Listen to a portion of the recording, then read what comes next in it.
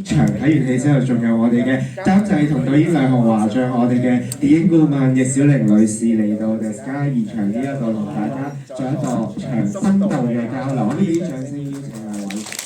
多謝兩位。我先歡迎，係啊，你好。不如呢個時候先交俾兩位同我哋嘅拍現場朋友打個招呼先啦，家長先啦。有啊，呢度有嘅。Hello， 大家好，多謝晒大家。咦，點解去咗冇？有聲。有冇？有。多謝大家今日落雨都嚟睇戲支持我哋，多謝晒。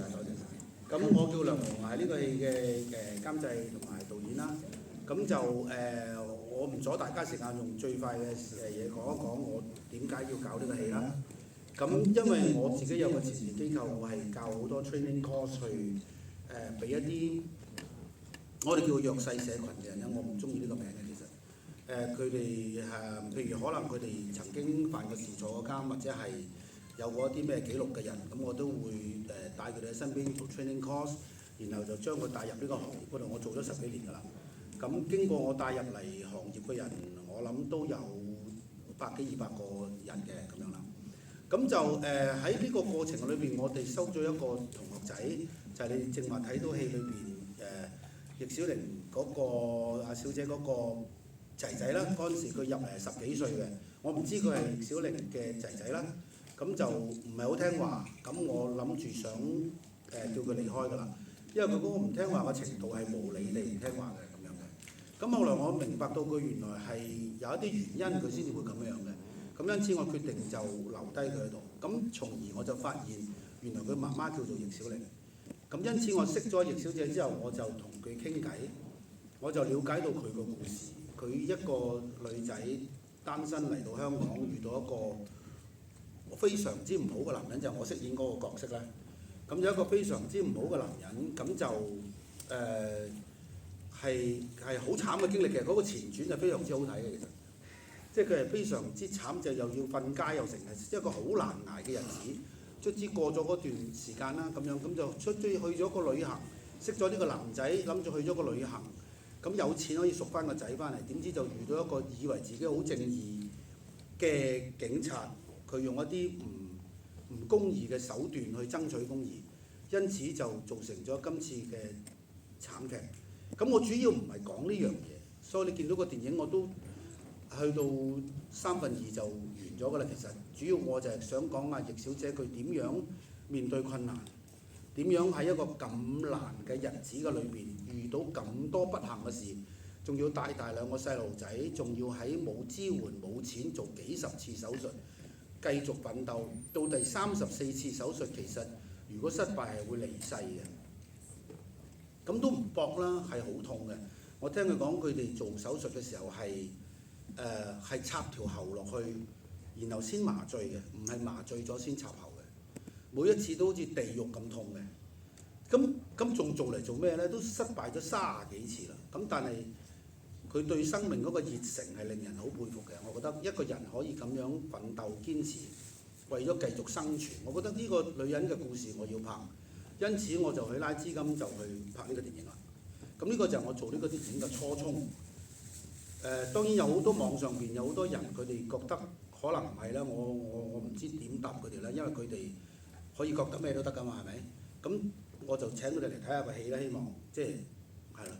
咁希望佢哋明白，我唔係要去做呢件事，我係想講一個有生命力嘅女人。我覺得大家從佢嘅咁不幸嘅事件嘅裏邊，可以係俾大家有更加多嘅盼望喺嚟緊嘅日子。無論我哋喺乜嘢嘅情況底下，只要我哋熱愛生命，勇敢往前，我哋一定能夠打得贏一場仗嘅。即係呢個係我自己個睇法咁樣啦。我都俾個時間俾阿易小姐同大家講幾句。梁明生啱講咧，就多謝梁生啦，即係邀請我去公司講下我嘅故事啦。其實喺呢度都好感謝咧，香港有好多好心人嘅。出咗呢件事之後咧，我以前呢個一個小市民係唔會接觸咁多香港市民㗎嘛。呢件事之後有好多有心嘅好市民，即係捐錢又有，會用卡又有，即係俾好多支持我，我係好都喺呢度係好感謝香港市民咯。點解我會咁堅持落去咧？因為我爸爸媽媽就仲年紀大啦，咁我仲有兩個小朋友都好細嗰陣時，我弟弟問得有嚟，佢得13歲，咁細嗰個得2歲。我係一個好，即係嗰個信息係我一定要湊大佢哋，因為我生咗佢哋出嚟，我有責任湊大佢哋。我仲要盡下孝順我爸爸媽媽仲喺度。當陣時我爸爸係一夜白頭，佢哋遲咗時，真係遲咗時入咗大埔醫院嘅。過咗2年佢已經唔喺度啦，即係60歲已經走咗，受唔到打擊。咁媽媽都年紀大啦，媽媽都從來唔喺我面前喊啊，唔喺我面前話個點樣嘅，佢唔會話嗌一句苦嘅。但係我都知道佢好支持我，好支持我。我成個家庭，我鄉下個家姐就係錢都唔耕啦，過嚟即係過嚟香港照顧我3個月喺嗰啲醫院。其實咧嗰個熱誠咧，我係好感動。我知道我唔會即係唔可以放棄自己，我一定要堅持落去。為咗我身邊嘅人，為咗好多關心我嘅人，我都要堅持落去。都好感恩啦。到今時今日。雖然即係做咗咁多次手術，受咗咁多次傷痛，都算好啦，我都可以好正常咁做翻嘢。自己都可以即係見到2個仔長大成人，更加見到我個仔結婚，而家有埋孫仔做咗嫲嫲，我係好開心，即係好感恩啦，好感謝。我覺得人生都有好多不幸啦，疾病又有。意外又有，生又有，乜都有。其實咧，放棄生命唔係一種最好嘅辦法咯，一定要堅持落去咯。即係你嗰個信心，就係一切都會好。雖然而家係好苦難，而家係有好多不幸，但係咧，終歸會過去嘅。所以我日日見到。即係我日日見到個陽光咧，我覺得好開心。我又可以見到咁美好嘅世界，所以我係好感恩嘅。多謝大家。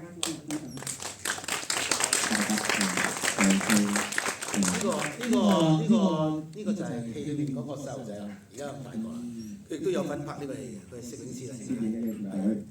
咁佢就喺度陪媽媽過嚟。少咁啊！戲入邊嗰個部分都有講，都有你嘅信仰啦，係咪？信仰喺你嘅生命入邊都佔咗一定嘅部分，咁都同我哋簡單講少少。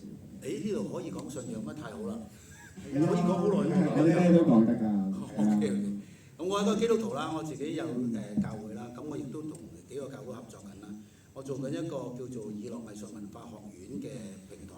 想去同眾教會合作，係可以將一啲嘅好嘅課程咧，即係藉住唔同嘅課程，同唔同嘅教會同唔同嘅街外面嘅人去見面，可以大家有知識上嘅分享，同時有一啲心靈上面嘅分享。咁我做緊呢件咁嘅事啦，咁我亦都做緊一大堆嘅短片，唔係短片，長片嘅製作。係用唔同嘅形式喺戲院度播嘅，好似今次我哋都好艱難，可能我哋今日呢場可能係最後一場都唔定嘅，因為啲戲院都唔肯播，係啊，即係我面對緊好大嘅艱難。戲院話個戲太敏感喎，原來香港人個輿論好有力嘅喎，大家喺個網度鬧下咧，就所有啲戲院都唔敢播喎，好犀利喎，原來係。係啊，我嗱冇政治壓力嚇，冇任何政治，我哋係正式入去香港嘅電影局裏邊審查攞到 permit 做嘅，所以冇任何政治嘅問題喺度。但係我覺得近年我發覺香港人有一個問題，所有唔好嘅消息或者唔好嘅 noise， 大家都會信，同埋好 care。但係當我同你哋講有好嘅信息、有好嘅 future、有好嘅未來嘅時候，大家會唔信。呢件係一件非常之唔好嘅事，唔知點解我自從97年之後，唔係自從19年之後，我就發覺到香港好似有咁樣嘅傾向。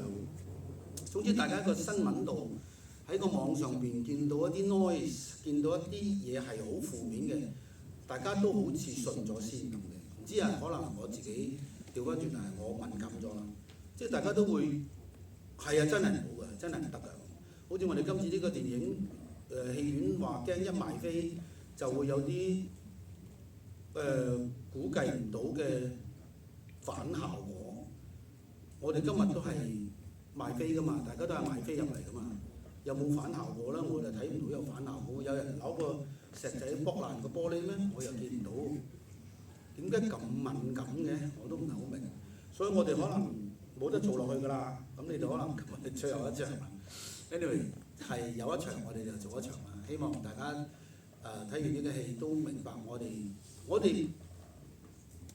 盡咗我哋嘅能力去做。我哋呢個電影遇到咗好多困難嘅。有馬來西亞100年嚟最大嘅水災，將我哋所有嘅道具、所有嘅嘢浸爛晒。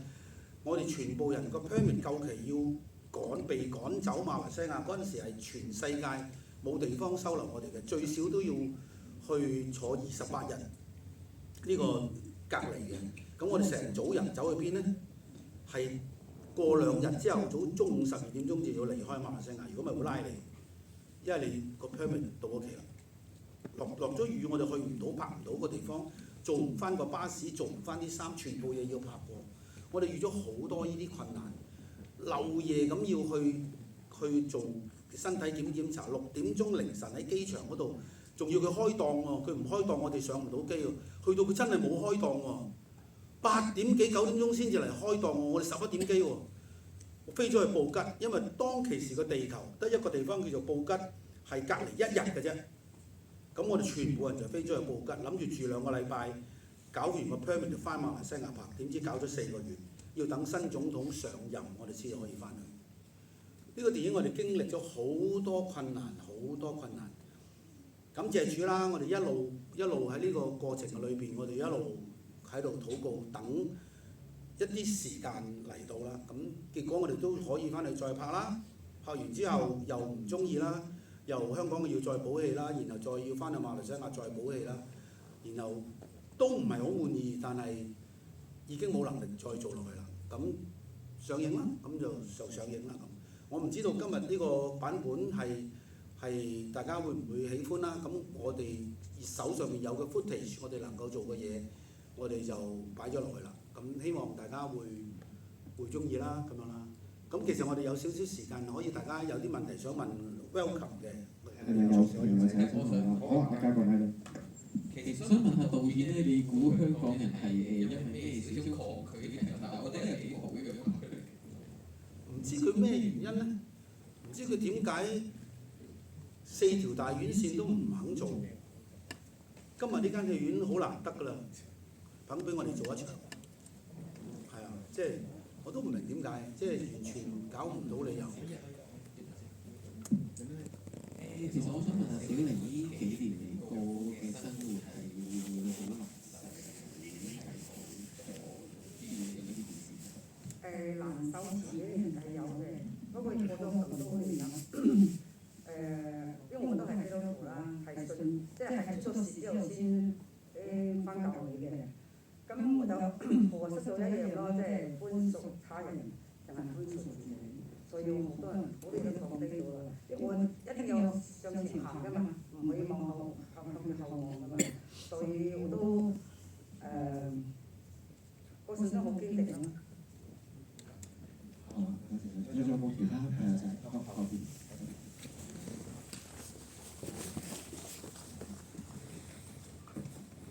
而埋補氣，唔係兩地補氣咧，我想問用咗幾多時間考試？點樣？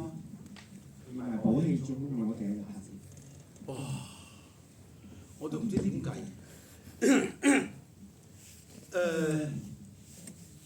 幾十日啦，30日左右啦，差唔多啦。即係講 shooting days。咁你要喺嗰度住喺嗰度，你要好多 preparation 嘅工作你要做。係啊，如果要計埋我哋逃亡去等翻嚟嘅就200幾日咯。仲有冇其他人仔？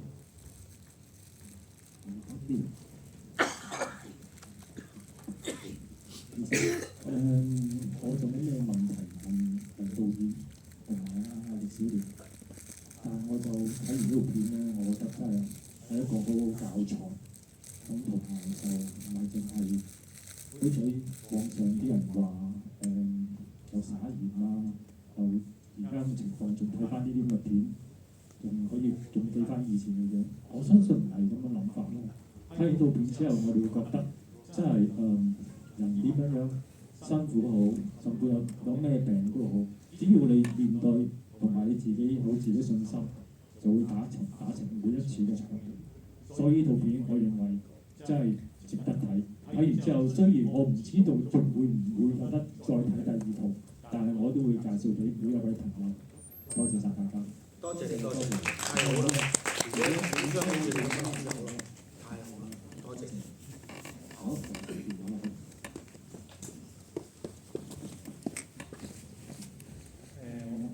我睇呢套短片咧，見阿葉小姐你同埋你拍咧，係對於香港人即係而家都有一啲灰心，或者有好多挑戰嘅，好有鼓勵，同埋亦都睇完之後都覺得神嘅力量，神嘅力量可以支持到你哋應該係繼續努力，可以推廣到呢段片，可以令到人好有鬥志。雖然即係遇到困難，好有鬥志嘅。多謝你拍呢部片。多謝晒，多謝晒，多謝晒。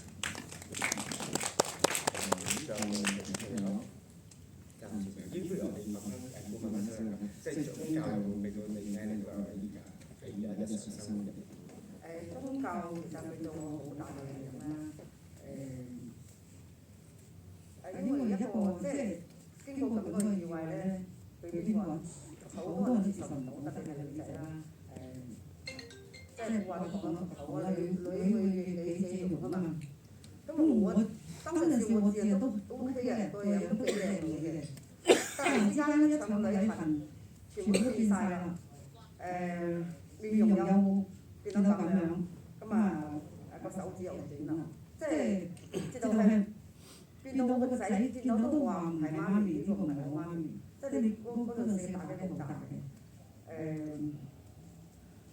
信咗耶穌之後咧，我就即係好多都放低咗啦，都知道其實人活到四十歲咧，唔單止係靠自己嘅面容啊嘛，即係你又靠內心咯，即係我在成個話語當中，就係呢個係我呢咁多年咧，從出世到而家個感覺係幾深嘅。